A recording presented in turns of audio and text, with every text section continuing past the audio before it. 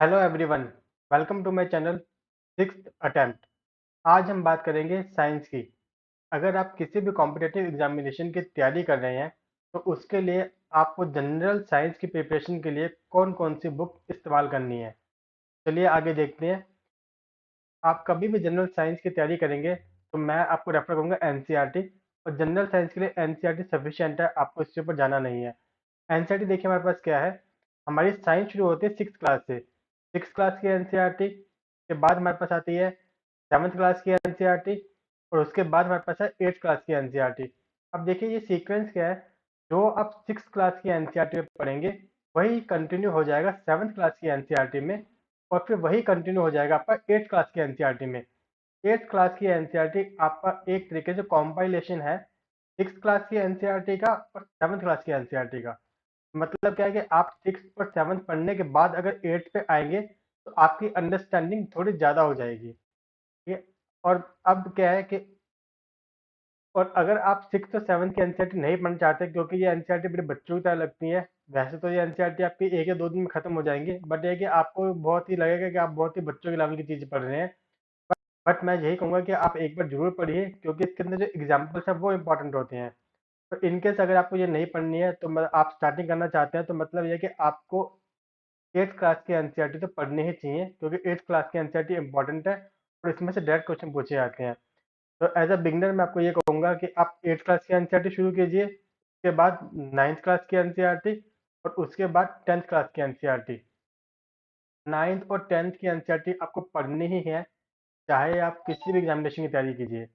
अगर आप सपोज कीजिए कि तैयारी कर रहे हैं किसी मतलब बी ग्रेड के एग्जाम की या सी ग्रेड के एग्जाम की, और इवन मतलब नाइन्थ और टेंथ की एनसीईआरटी यूपीएससी लेवल में भी पढ़नी पड़ती है क्योंकि इसकी जो कॉन्सेप्ट है जनरल साइंस के वहाँ से डायरेक्ट क्वेश्चन पूछे जाते हैं।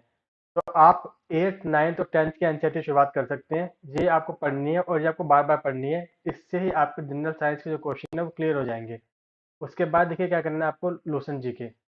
लूसेंट जीके क्या है कि जो आपकी एनसीईआरटी है, ठीक है, उसका कंपाइलेशन होकर आपके एनसीईआरटी के अंदर आ जाएगा। आप एनसीईआरटी पढ़ेंगे तो क्या है आपकी जो फिजिक्स केमिस्ट्री और बायोलॉजी वो एक साथ चलेगी। लेकिन लूसेंट में क्या है इनका पार्टीशन बनाया हुआ है, मतलब फिजिक्स अलग, केमिस्ट्री अलग और बायोलॉजी अलग।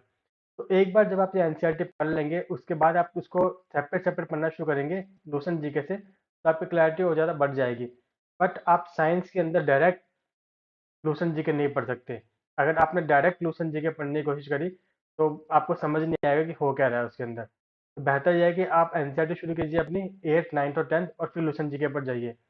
अब देखिए हमारे पास क्या है कि अब आपको इससे आगे भी करना है। अगर कभी कभी होता है कुछ क्वेश्चन हमारे जो है वो नाइन्थ और टेंथ की एनसीईआरटी से भी कवर नहीं होते, तो उस केस में हमें क्या करना पड़ता है, हमें इलेवंथ और ट्वेल्थ की एनसीईआरटी पढ़नी होती है। इलेवंथ और ट्वेल्थ की जो एनसीईआरटी है हमारी उसके अंदर हमारे को फिजिक्स और केमिस्ट्री नहीं पढ़नी होती। उसके लिए हमारे पास इंपॉर्टेंट है सिर्फ बायोलॉजी।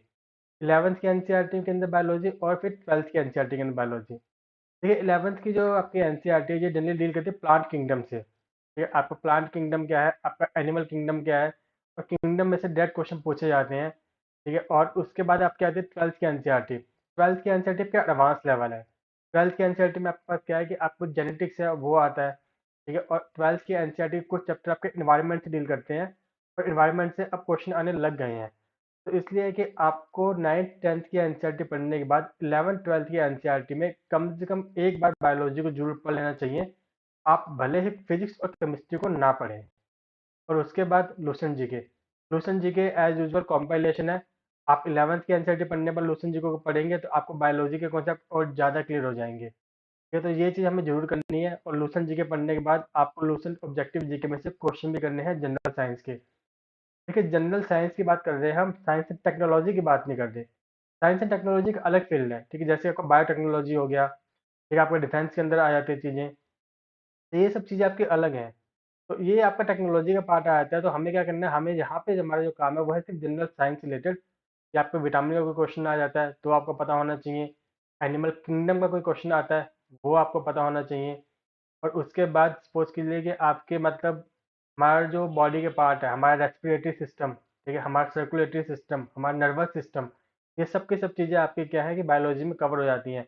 एसिड और बेसिस के क्वेश्चन आते हैं। ठीक है, फिजिक्स के अंदर आपके एक्सेलरेशन मोशन वेलोसिटी इनके क्वेश्चन आते हैं। आपके ऑप्टिक्स के क्वेश्चन आते हैं। तो ये जितने भी हमारे बेसिक कॉन्सेप्ट है साइंस के, ये आपको जनरल साइंस के जहाँ से कवर हो जाते हैं। आपको साइंस एंड टेक्नोलॉजी के अंदर नहीं जाना है। इसके बाद आप क्या कर सकते हैं, जब आप अपना 9, 10, 11, 12 की एनसीईआरटी पढ़ लें और लूसेंट जीके में रिवाइज करने के बाद, लूसेंट ऑब्जेक्टिव जीके में क्वेश्चन करने के बाद, आप क्या कर सकते हैं, आपको अपने नॉलेज को करंट अफेयर के साथ साथ अपडेट करना है। करंट अफेयर के साथ अपडेट करने का मतलब क्या है कि आपके न्यूज़ के अंदर कोई भी चीज़ आती है, चाहे डिफेंस के अंदर कोई मिसाइल आती है या कोई टैंक आता है या फिर कोई आपका नोबेल प्राइज़ होता है, तो नोबेल प्राइज़ के अंदर उसे किस वजह से नोबेल प्राइज़ मिला है, क्या उसकी इन्वेंशन थी, ये सब चीज़ों का आपको पता होना चाहिए। आप अपने इस जनरल साइंस को उसके साथ मिला के करेंगे तो आपके जितने भी क्वेश्चंस हैं वो सारे कवर हो जाएंगे। तो जनरल साइंस के लिए इतना ही। अगर आपको ये वीडियो पसंद आई हो तो लाइक, सब्सक्राइब और कमेंट जरूर करें। Thank you.